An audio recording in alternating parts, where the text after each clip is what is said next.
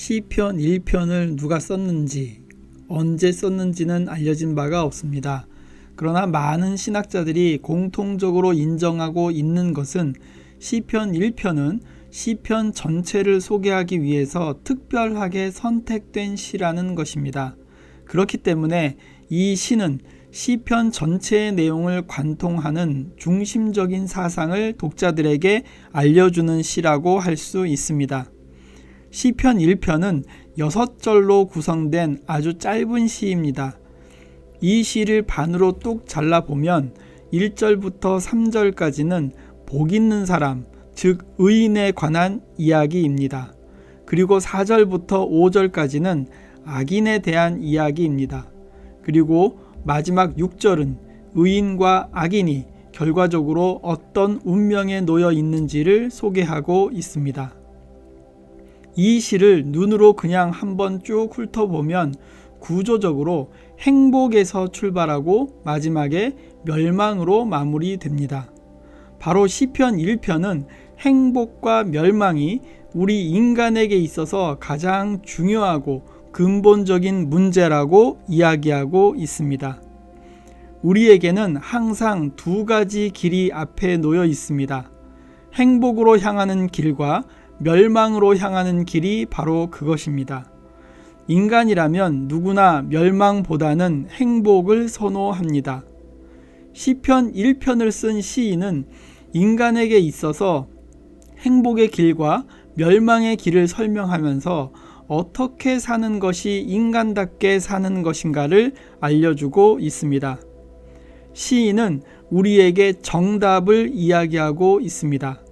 인간답게 산다는 것은 6절에서 말하듯이 여호와 하나님께서 인정하는 삶이라고 말합니다. 그렇다면 어떻게 해야 여호와 하나님께서 인정하는 삶이 될까요? 시인은 그 정답을 이미 2절에서 이야기해 놓았습니다. 그것은 여호와의 율법을 즐거워하여 그 율법을 주야로 묵상하는 자라고 말합니다. 우리는 율법이라고 하면 어딘지 모르게 딱딱하고 고리타분하다는 생각을 합니다. 예수님이 율법을 철저하게 지키는 바리새인들에 의해서 고발당했고 사도 바울 역시 율법이냐 복음이냐의 싸움으로 일생을 바쳤기 때문에 예수님과 바울의 복음을 받아들인 우리들 입장에서 율법이 그다지 좋아 보이지는 않는 것입니다. 그런데 율법 그 자체는 나쁜 것이 아닙니다. 예수님도 그 자신 스스로가 율법을 완성시키러 왔다고 말하면서 경계해야 할 것은 율법이 아니라 율법을 고수하면서 율법이 가지고 있는 참된 의미를 상실하고 법조문에 매달리는 어리석은 행동을 조심하라고 한 것입니다. 시편 1편에서의 율법은 사람을 살리는 하나님의 말씀, 하나님의 진리라고 이해하는 것이 좋습니다. 하나님의 말씀을 올바로 받아들이고 그 말씀대로 살아가는 사람이 진정 복받은 사람이라는 것이 시편 1편을 쓴 시인이 전체 시편을 읽으려고 하는 사람에게 하고 싶은 말이었습니다. 행복한 사람은 진정으로 하나님의 말씀을 즐거워하며 주야로 묵상하는 사람입니다. 이러한 사람은 하나님께서 인정하는 사람입니다. 하나님의 말씀에서 삶의 기쁨을 찾고 밤낮으로 생각하고 그 말씀을 되새기면서 하루하루를 살아가는 사람이 복받은 사람입니다. 한마디로 성경에서 가르치는 진리대로 날마다의 삶을 살아가는 사람입니다. 그렇다면 복 있는 사람이 경계해야 할 행동은 무엇이 있을까요? 1절을 살펴보겠습니다. 먼저 악인의 꾀를 쫓지 말아야 합니다. 우리의 마음속에 악한 생각이 틈타지 않도록 스스로를 단련해야 합니다. 그리고 죄인의 길에 서지 말아야 합니다. 그리고 오만한 자의 자리에 앉지 말아야 합니다.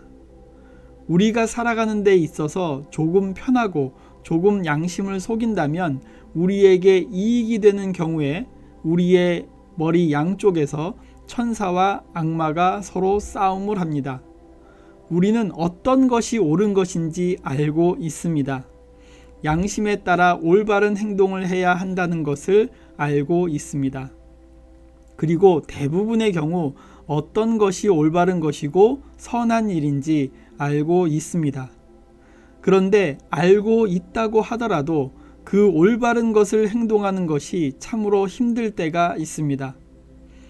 이러한 유혹은 우리가 살아가는 순간순간 다양한 모습으로 우리에게 다가옵니다. 신문이나 TV를 통해서 비리를 저지른 사람들을 보면서 우리는 그러한 사람을 욕하고 나쁜 사람이라고 흥분합니다. 그런데 어느 순간에 만약 우리가 그의 사람의 입장이 되었을 때 과감하게 진리를 말하고 정의롭게 행동하고 올바르게 행동할 수 있을까를 생각해 보면 그다지 자신이 없습니다. 참 이상합니다.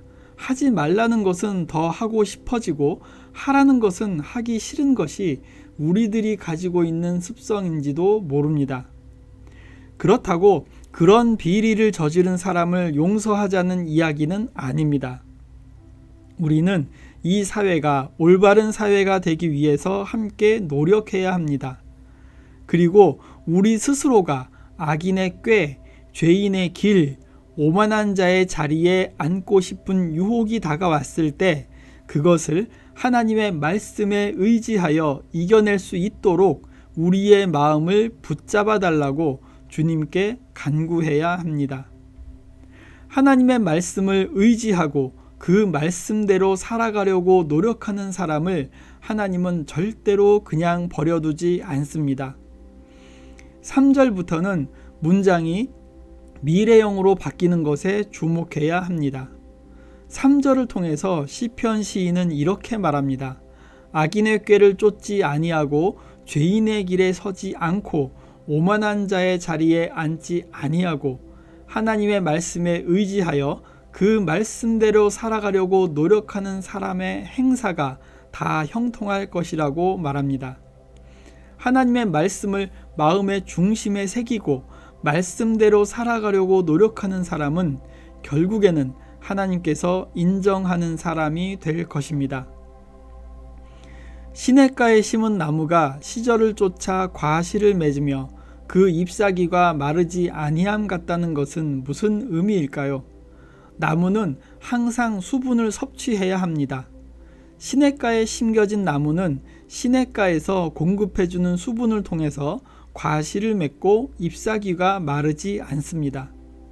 하나님의 말씀을 끊임없이 공급받고 그 공급받은 하나님 말씀 때문에 많은 열매를 맺고 잎사귀가 마르지 않는 신앙생활을 할 수 있다는 것입니다. 우리가 교회에서 새벽 기도회, 구역 예배, 오후 찬양 예배, 수요 예배, 금요 기도회 이런 모임에 힘쓰는 것은 바로 하나님의 말씀을 끊임없이 공급받기 위한 것입니다. 우리가 모이기에 힘써야 한다는 것은 우리가 복 있는 사람이 되기 위한 방법의 하나인 것입니다. 우리가 모이기에 힘쓴다면 하나님께서는 우리의 미래를 보장해 주실 것입니다. 모이기에 힘쓰고 우리를 유혹하는 악한 생각, 죄의 길, 오만한 자의 자리를 과감하게 떨쳐버릴 수 있도록 하나님의 말씀을 주야로 묵상하고 그 말씀대로 살아가기 위해 노력하는 신앙 공동체가 되시기 바랍니다.